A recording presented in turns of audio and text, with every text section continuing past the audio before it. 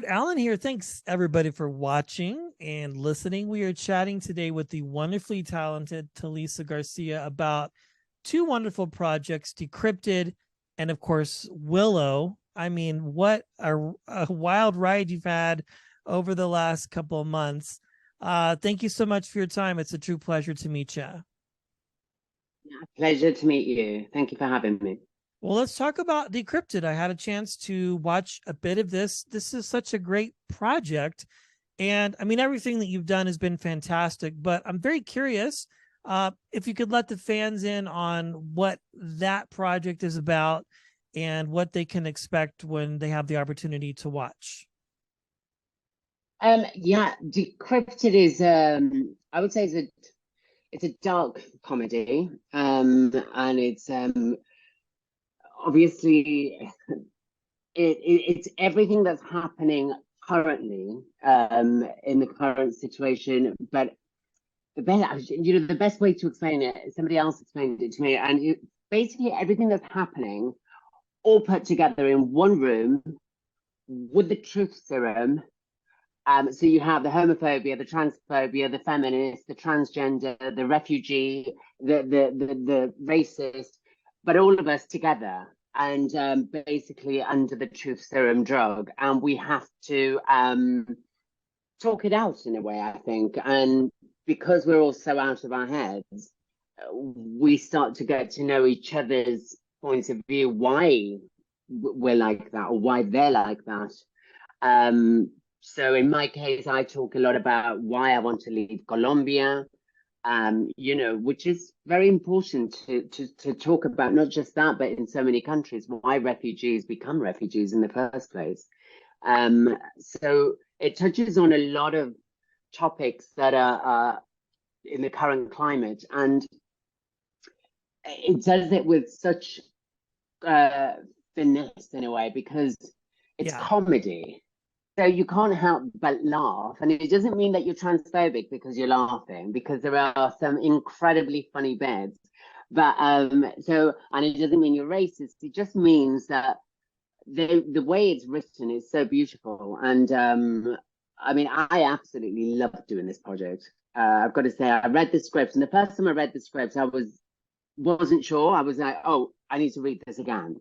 Like, because it made me laugh, but I wasn't sure, was I laughing at myself? Was I laughing at anything? What was going on here? And then I read it again and again. I read it 4 times, and I thought, no, this is brilliant. This is absolutely spot on. So, yeah.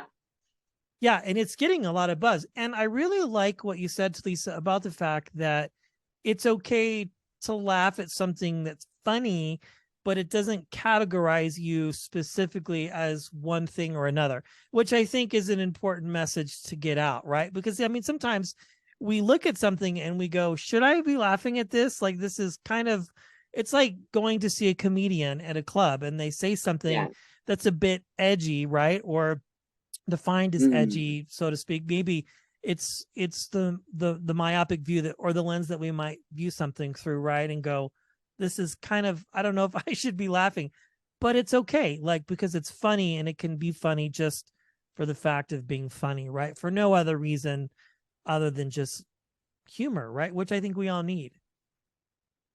Yeah. You've sort of, touched on a really good point there. It's a very, very good point that I think at the moment, something that we mustn't do is stop people having opinions, right. Whether that opinion goes with ours or not. It's very, very dangerous to sort of say, well, if you don't think like me, then we're going to mute you, or we're going to disregard what you say, or attack you on Instagram, on Twitter, and everything. So it's very, very important. I understand, for example, with me, I am transsexual, and I know that some people just don't, they don't get it. Right. And the thing is, they don't really need to get it because they're not. It's not for anybody to get. I think what we all need to do as human beings is learn to live with one another, because this is our world, and we all have the same rights to live in it. Now, it doesn't mean that I have to agree with everything that I see, because I don't. whether it's religions, whether it's genders, sexual orientations. You don't have to understand every single one, but what we need to do as human beings is learn to live with one another, without wars, without sort of, people feel so insulted. I mean, I get some abuse online, and I think it's disgusting what you've done, and I always wonder there's some keyboard warrior in somewhere in the world attacking me, but I wonder why they feel so threatened by somebody that they're never going to meet. Right. What is it about it? What is it about anything? Not just with transgender or transsexuals or being gay, being black, whatever it is. Why are people so offended? And I think today, the biggest problem that we have, and also one of the most incredible things that we have, is the internet. Yeah. So we have this. We can ask Siri any question and it'll give us an answer like that. But also now, all of a sudden, everybody has this platform to insult everybody. This is my opinion, and I'm going to give you my opinion, and you're going to read it if you want to. So everybody has this, and I don't know. I don't know if it's necessarily. I think you have to be very headstrong and not read a lot of it, and not listen to it really. And for me, at my age, I find the most important thing is my family and my friends. Somebody that's in somewhere else in the world insulting me doesn't make a difference to me. Yeah, keyboard warriors. I like that. Yeah. Social media. Social media is an incredible way of communicating. I mean, look at us now. I mean, this is not social media, but I mean, this is technology. Look at what we're doing. It's incredible. But at the same time, we've got the whole social media where it's given everybody a platform. And the biggest problem, I think, is that you can open an account, you can open 25 accounts, and you don't need any ID, you don't need anything. So you can literally destroy people online. If somebody came up to you on the street and called you a man and say that they were going to kill you because they disagreed with the way you live, the police would do something. The fact is that now they can do it online and nobody does anything. So, yeah. For younger people, I do feel sorry for them. I mean, for me, I'm fine. They can insult me as much as they want. I don't even read it. I mean, I've read a couple of people and I just delete. So I don't think about it.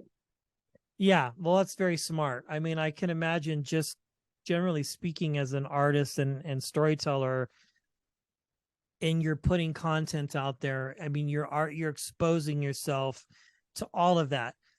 But I think you've done a wonderful job handling all of it. And, I think if we allowed that to bother us, we probably, it could paralyze you. Maybe some people, maybe in a way, and be like, I can't continue on, or I can't handle it. It's crazy, but I appreciate your honesty and candor, because I think it's all of that is extremely fascinating, especially as a journalist who does research and Google's projects that you've been in, and then all the other minutia comes up, so to speak.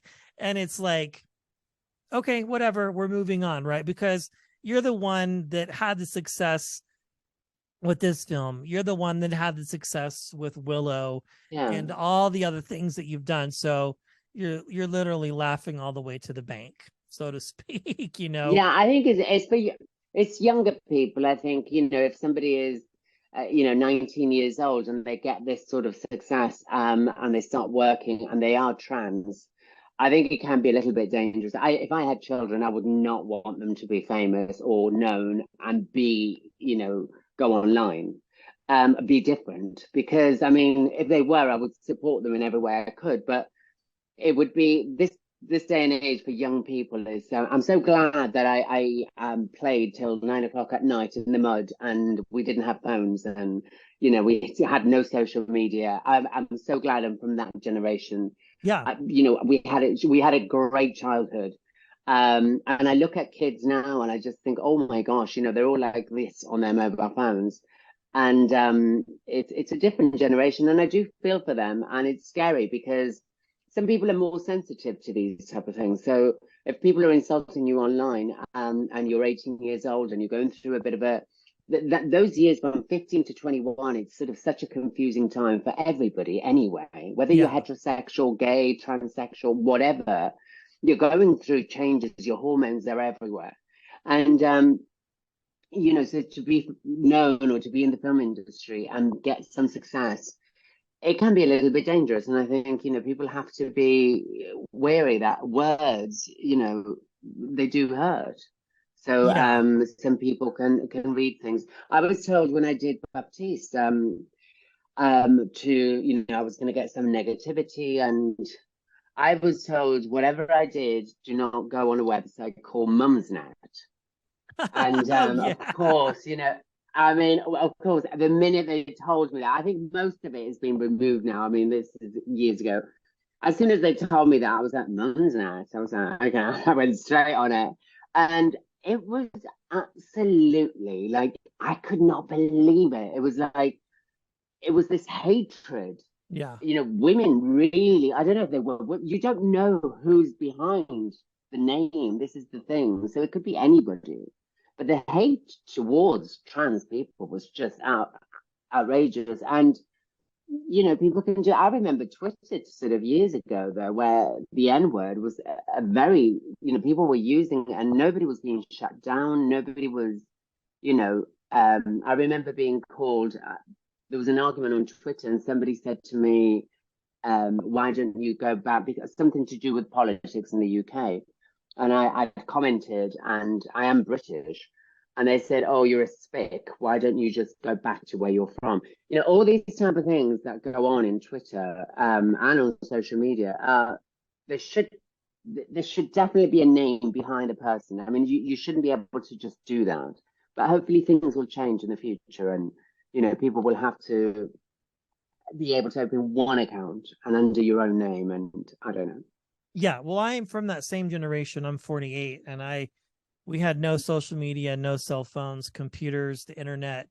We just It lived was life. amazing, wasn't it? Yeah, it's so different. Yeah, I talk to my child often about the differences of how easily they have access to things, streaming for one, as we transition here to Willow and able to watch such a great show instead of having to drive to a video store and rent a video and drive home, put it in a VCR or a DVD player if you had a DVD player, and watch. So it's all very fascinating. Well, I want to wrap with Willow. Such a fine job. I mean, how cool was this for you to be a part of an iconic universe and play a very iconic character, to have this last for generations and have it come back in such a fresh and beautiful way? Yeah, it was really emotional. I mean, the minute I got the part, I was crying, and you have to sort of be me to understand it. It was emotional because of where I come from, or what I've gone through to get where I am. And my career, the way it has gone, it's like a heartbeat, up and down, up and down. And then suddenly I was auditioning for this, and I didn't actually know what I was auditioning for. So it was all secretive. And so eventually, I think on the seventh audition, they gave me a ring back straight away, and they said, okay, you've got the part. And I was like, okay, what is it? And it was like, you're one of the queens in Willow, you're playing Queen Ariana. And it's like Willow, and I knew Willow because it was one of my favorite films of all time when I was a kid. Yeah. And yeah, it was one of those films. It was like a cult film. It was, it was, you had to have been young, in those days, because in the 80s, 90s, it was a great time for that. And people watch it now, and it's very different. But it was amazing. And then it was Disney and Lucasfilm. And my first film I ever watched with my dad in the cinema was the 1977 Star Wars. So there was all this combination of things. And I wasn't now playing a victim. I wasn't playing, I was actually playing a queen, the most powerful thing you can be. And I was just thinking, wow, I really feel like I've done the circle here, from how my life has started to now where I am. And I was just emotional. I was happy. It was a hoot to be part of that. And who knows, you know, season 2, season 3, nobody really knows anything like what's going to happen afterwards. So hopefully, fingers crossed. Yeah, well, fingers crossed. We'll put it out there in the universe. 2 great, wonderful projects, and of course, in a fantastic just body of work in general that we've talked about. Congratulations. All the success is very much well deserved. Talisa, thank you for spending time with us today. I really do appreciate it. Oh, brilliant. Thank you so much.